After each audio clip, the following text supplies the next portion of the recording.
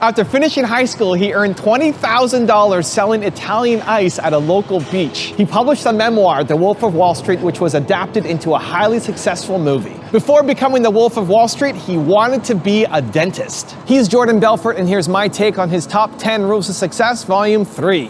Enjoy. All right, let's kick it off with rule number 1, get pumped up.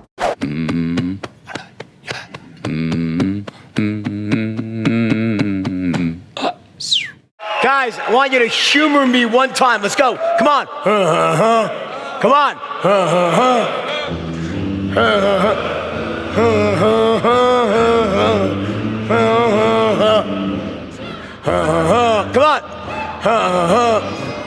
All right, stop. Guess what? I never actually did that. Here's what I did do, though. The story is that when they were filming that scene, it was the first scene Matthew McConaughey was filming. And right before they start, he goes off into the corner, and Scorsese's there, and DiCaprio, and he goes, And Marge's like, what the hell is this guy doing? He's like, and Leo's like, it's like his kind of like little chant he does to get himself into state. And Marge's like, I love this, because we have to make this part of the movie. And it actually became this whole war cry throughout the movie, and everyone just loved it. Now there's like, you look in the Tomorrowland, and all the soccer guys in the World Cup are doing it. It's hysterical. But here's the deal. What Matthew McConaughey is doing, he's getting himself into a state for acting, a state of certainty, confidence, clarity, right? And today, and you probably heard this, we call that state management. But back in the day when I was first, cutting my teeth and training the Stratonites, right? And, excuse me, we called it staying positive, not getting negative. And I knew intuitively from my own experience, and I'll tell you it's phenomenal, you're gonna love it, right? That if my brokers got negative, they wouldn't produce, unless they were pumped up in a peak state. So every morning, we'd stand up, I had them squeeze their hands together and say the word yes. That's what we do, just yes. And again, yes, until the one went, Crystal, let's do that real quick. Ready, 1, 2, 3, yes. Squeak, 1, 2, 3, yes. Louder, 1, 2, 3, yes. Rule number 2, master your craft. Let me tell you what this is probably one of the most important things when it comes to success. In every endeavor you go for, whatever job, whatever business you start, there's going to be certain specialized skills that are required, and you need to become extraordinary at them. Let me tell you a story. How did this whole thing happen in my life, right? How did I write this book, okay? How did I go out and take this book and turn it into this whole business that formed a movie and a global brand, right? Well, let me tell you something. I was in jail, okay? And when I show up for jail, who's my bunkmate? Believe it or not, Tommy Chong from Cheech and Chong. You know Cheech and Chong? He's my bunkmate. Right now, I wasn't in the worst jail in the world. I admit it. I wasn't getting butt each night. My boat was not there. It was a federal prison camp, okay? It was okay. But still, jail's jail, and it sucks, right? Tommy's my bunkmate, because we were both celebrities. They put us together in one cube. It was a little cube. He's writing a book, right? So Tommy says to me, oh my God, we tell each other stories at night, and I have him rolling on the floor laughing, man. So by night 3, he goes, I thought you were making this shit up, but my wife Googled you, and it's all true. You live this crazy life. He goes, you gotta write a book. You gotta write about this stuff. So I said, well, I don't know how to write. He says, well, just write the way you speak, the way you tell a story. So, well, guess what? I tried that, doesn't work. Writing and speaking are very different skill sets. They just are completely different. And for the first month or so, I'm writing a couple of pages. I show them to Tommy. He reads it and goes, wow, that really sucks. I'm like, thanks, Tommy. Tell me what you really think, right? And I was depressed because I couldn't get anything out in paper that was meaningful or funny, right? And I almost was going to stop, and I hate quitting anything. And I went to the prison library one day. There's prisons in the library, right? And I stumbled upon a book called Bonfire of the Vanities by Tom Wolfe. And I start reading this book, and I'm like, oh my God, this is how I want to write. So I plow through the book, finish it, and I start back at page 1. I take out a yellow highlighter, and I use this book like a textbook. And for 3 months, I ripped apart every single word, and I broke down Tom Wolfe's strategy for writing. Sometimes it doesn't matter how much you want something or how hard you're willing to work to get something. If you don't possess the actual skill set that's required to do it, It's delusion. And most people don't get that. They'll try to go into a business that's sales-based, but not master the art of sales and persuasion. They'll try to go into another type of business, not master, whatever it might be. They don't master their craft. But the first thing you gotta do is say, okay, I wanna do this. What specialized skills do I need to learn? And take the time to learn them. Master your craft. Rule number 3, don't care what haters think. When I wrote the book, I knew I put myself out there for public scrutiny, that I get a lot of detractors. But you know what? I mean, in the end, in the internet, like, I think if Jesus Christ gave a sermon on the Temple Mount, his famous sermon, you'd have people, trolls, there's nothing new there. That's bullshit. He's full of, like, no matter what you do, people are gonna say it sucks, right? You know what I'm saying? And you live in that sort of world where you just have people that are gonna love you and people that are gonna hate you. So I think that the haters serve a purpose. So, I don't even think much about it. Rule number 4, get rid of limiting beliefs. A limiting belief is like putting a governor on the engine of a Ferrari. The Ferrari can go 240 miles an hour. It has 550 horsepower, 4 valves per cylinder, 12 cylinders. But if there's that governor not letting the gas go through, you ain't going over 55. Yep. That's what a limiting belief does. It stops you from charging forward when you should and causes you to move back when you shouldn't. And we all have them. Agreed. And they started getting inserted in our heads when we're yay big. We were all unstoppable on day 1. And then came day 2. When our parents started spoon-feeding us limiting beliefs. Sometimes, they meant well, they just didn't know, because, one of the things that I'm a big believer in is that we were not even given our owner's manual. Our brain's an immensely powerful computer, and this is, known by pretty much everybody in the self-development world. Some of the top people, Dr. Richard Bandler, who I trained with, one of my mentors and a brilliant guy. And the first thing he said to me is, you never got your owner's manual, Jordan. And because of that, you don't realize that the world around you, that you take it as reality. It's really not. It's subjective. The reality I'm looking at is just subjective. I can interpret things how I want. I can have the beliefs that empower me, and I can shed the beliefs that disempower me. So the first thing I do when I meet somebody, I coach really wealthy people, some stars in Hollywood, the first thing I do is go through what their limiting beliefs are. Yep. And you gotta root them out. And it's not difficult. You can't just root them out, you gotta replace them with empowering beliefs, which is typically the opposite belief. If you want to have more confidence, check out my 254 series. It's free. The link to join is in the description below. The only thing that stops you from getting what you want in life is the bullshit story you tell yourself. Rule number 5, fail elegantly. Thou shalt commit thyself to mastering the art of failing elegantly. This is an entrepreneurial tactic which most young people don't know because they haven't failed yet, really failed. There's 2 ways to fail in life, in business. Let's talk about business. You can fail elegantly or you can fail miserably, okay? Failing elegantly is a way of going about starting a business or launching a new division of a company that allows you to test out an idea or a concept quickly to get your read, whether it's right or wrong, whether it works or doesn't work, without losing a fortune, without losing a lot of time, versus failing miserably where you lose tons of money, it takes a lot of time, and you end up with nothing but a bankruptcy. Now, when I was 22 years old and I launched my first real business, I went bankrupt. It was the meat and seafood business. I started with 1 truck. I grew to 26 trucks, was making a ton of money, I thought, but I was making every mistake a young entrepreneur can make. I was overexpanding, I was growing with credit, I was undercapitalized, wasn't screening out my employees. Before I knew it, I was out of business, and I failed miserably, lost everything and declared bankruptcy. Nowadays, when I'm approached with an idea, and I like it, I'm gonna test the idea, I'll do it in a way that A, if I'm wrong, I don't lose much money, or better yet, I'll use other people's money. Seriously, I'll always take in an investor and make less on the upside if it means I can protect myself on the downside.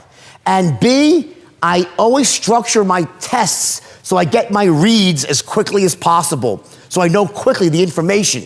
And then I can change my approach and try again. Change my approach, and sure enough, by doing that again and again, eventually you'll hit on the right formula. I don't care how smart you are. It's so rare that when you go into business or you try something new that you get it right the first time. The first evolution of an idea is not usually the right one. And when you see that all through history, businesses after business, where they all are now making money, not on how they thought they'd make money. It's some evolution of the idea. If you fail miserably, you'll never get the chance. By structuring your tests so you can fail elegantly, you can test again, and so forth. Rule number 6, maintain your ethics. Often you think when you're younger, or even when you're older, if you haven't had this lesson taught to you the hard way, is that I can be half pregnant when it comes to ethics. Notice, I can be ethical, but maybe I could step over the line once and get away with it. Yeah. The problem with that is that when you step over the ethical line once, your line of ethics moves a bit.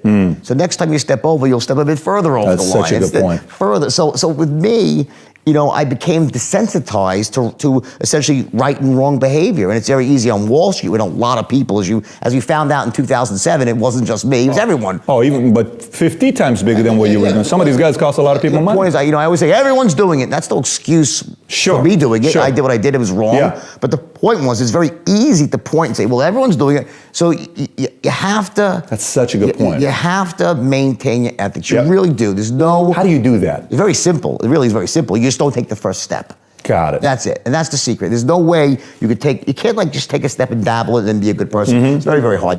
Rule number 7, don't settle for average. I'm a believer, okay, that the enemy of greatness in life is good. Here's the problem. When people are going through life, if things are okay, they aren't feeling enough pain to make a change. It's like if I say to you right now, I say, okay, everybody raise your hand as high as you possibly can. Everyone raise your hand as high as you possibly can. Right now. Everyone do that, please? High as you can. Now just a little bit higher, a little higher. What the is that, right? I meant the first time. I said raise it as high as you can. A little, oh, if you really mean it. It's that level above where your comfort zone is. That's where I want you to shoot for. Don't go through life burning at 10 watts or 50. Be a 100-watt person and burn bright. Don't settle for average. You know, like in the movie, I say there's no nobility in poverty, right? Well, this is not a poverty crowd, right? No one here is going to probably end up in poverty. But don't go through life, whatever average means to you, don't let that be your life. Rule number 8, master your state. And there are certain states of mind, certain emotional states that lead people to massive poverty. States like fear, like greed, uncertainty, confusion, overwhelm. Then there are other states that set you up to be massively successful. States of certainty, states of compassion, states of clarity, states of courage. Right? So the first step is, you could be great as an entrepreneur, meaning you have great business skills, you know how to build a company, you're a great salesperson, a great marketer, but if you're walking around all day long like an emotional basket case, good luck trying to be wealthy and successful. You know, you'll make money, then you'll make bad decisions because you're in a disempowered state, you lose money, right? So you have to learn, not always like a robot, but you have to learn that when it matters, in that key moment, you have to be able to trigger the right state. Rule number 9, delay gratification. Let's just say if you were to change 2 or 3 things for this to have lasted, what would those 2 or 3 things be? Number one for sure would be the delaying the gratification. The biggest problem I had was Delaying the gratification. that's a problem that a lot of young entrepreneurs have. And I learned that the hard way, is that good things take time. And there were some moves I made that made me a lot of money in the short term, but then created problems for me over the long term. And for example, like Steve Madden Shoes is one of my companies, right? I remember that. Yeah. I was the majority shareholder of Steve Madden Shoes. If I had not had that problem from all the stuff I did earlier, I would have made $700 million or $1 billion Just on off of that. Steve Madden. Just off of that one deal versus making $20, $30 million. Got it. Because I was forced to sell it too early, right? That's one example.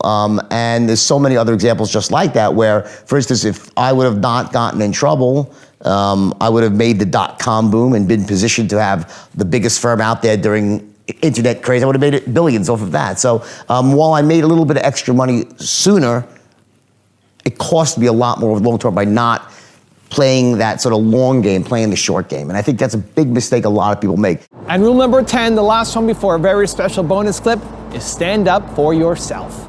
Jordan, did you actually feel that the film depicted you accurately, or did it create a hero that didn't deserve to be a hero? It's a movie. It's a guilty pleasure more than anything, and it's not meant to be a moral judgment. It's meant to basically make no moral judgment. This is exactly what Marty Scorsese said.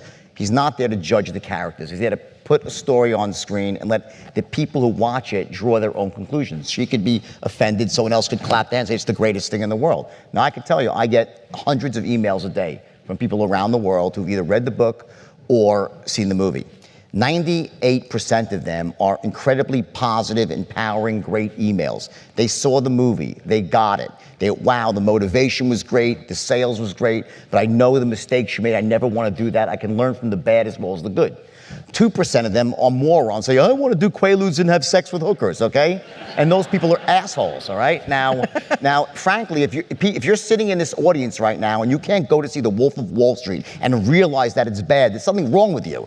It's honest, you're fundamentally screwed up. It's obvious that it's not meant to. Is some stuff glamorous? Yes. Drugs is glamorous. Money's glamorous. Sex is glamorous. Does that mean it's what you want to do with your life?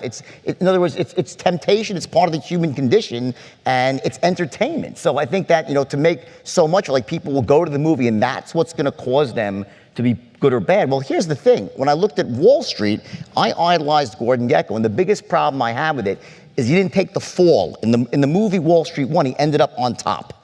And perhaps if he would have fallen in the movie, I would have felt differently. At the end, you never knew what happened. At least in The Wolf of Wall Street, I lose everything. My life is destroyed. I go to jail. So I think a smart person can go to see this movie and get what it's about. I think I give people more credit than that. I just do. Kelly, the 98% of the people who write supportive letters to Jordan, does that horrify you? Or do you actually think that... No, I don't think your story is a movie or... I mean, we're living this story right now. I don't think there are many people who look at poor Jordan Belfort and think, wow, this is a cautionary tale. He sold out the 92nd Street Y. He's going on a 45-city tour and he's got a TV series that he's... What... But why is it? See, you're looking at things that are very black and white, though. But because I did that because I've turned my life around over the last years. I was out committing crimes right now. People want to believe in redemption in this world. Maybe some don't. Most do. Most people want to believe in second chances. They want to believe in redemption. People go through life and make mistakes and want to come back from that. And when they look at my life now and say, this guy made all these mistakes and look how he's living his life today, it gives them hope. Okay? And if you want to live in a world where there's no hope, and if you make a mistake, you're done, it's game over, then that's a pretty sad world to live in. My belief. You're right, but I think you're right, he's right. But let me just say, I agree, and the reason why people press you on your finances and everything is because there's not a real sense that this is a redemption story. There's a sense that this is a story of, wow, look at this thing I did, the time that I served, but I turned it around now, and now I'm telling you about it, and People don't press me, journalists do. No, because they want to write bad news because bad news sells more than good news. Bottom line, okay? No one outside of journalists ever asks me, but journalists can ask me if they want, but it's because they want to sell newspapers and make hysteria where there is none. Let me put it this way. If there was a Wall Street billionaire tomorrow that said, you know what, I don't want Jordan Belfort to get this publicity. I'm going to pay back the $200 million to everyone who was affected so that nobody ever has to pay another dime to hear his story. People would want to hear even more about that. That would make the story even more sensational. So, people love this story. That's what I'm saying. No, but they love it. You're missing the point. You relate it to it's not just the money. It's about the most of. It's about someone who lived a life, was almost dying every single day, had a massive drug addiction, had insane talent in certain aspects of business, misused it, manipulated people, destroyed his own life, and was able to come. It's a story it's very extreme. But you're selling successfully that story now. Well, should I sell it unsuccessfully? What I'm saying is... I don't understand. I'm just saying... We live in America, right? Yes, but I think people would like to see you selling Bibles. Really? Or some... Who wants to see me sell Bible? I don't know what you're talking about. No, let me put it... Do you think... I could be a great Bible salesman, by the way.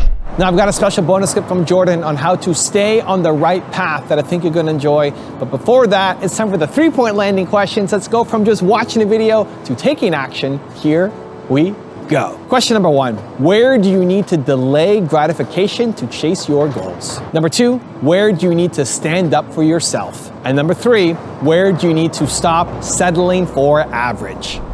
So having been in the dark side and now gone through it, I mean, because people always have to wonder, can a tiger change its stripes? I mean, really? Or a leopard change their spots? Yeah, whatever, a zebra, whatever you want to use as the analogy. I mean, can people really...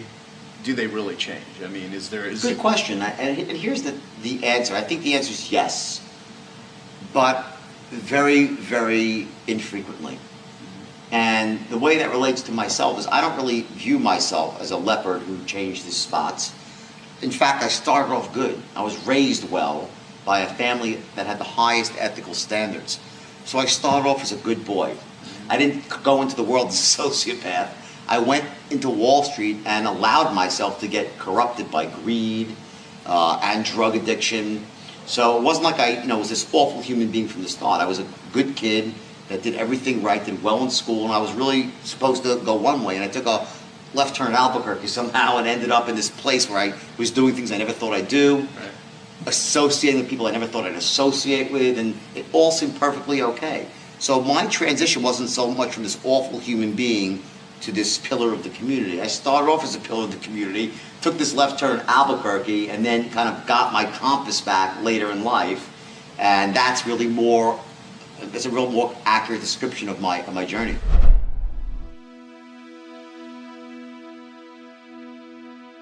If you want more Jordan Belfort, check out the top 10 rules video right there next to me. I think you'll enjoy it. Continue to believe, and I'll see you there. Most people have goals in life, and we would both think you got to be goal-oriented. That's the first mistake. The beliefs that we have really control our actions.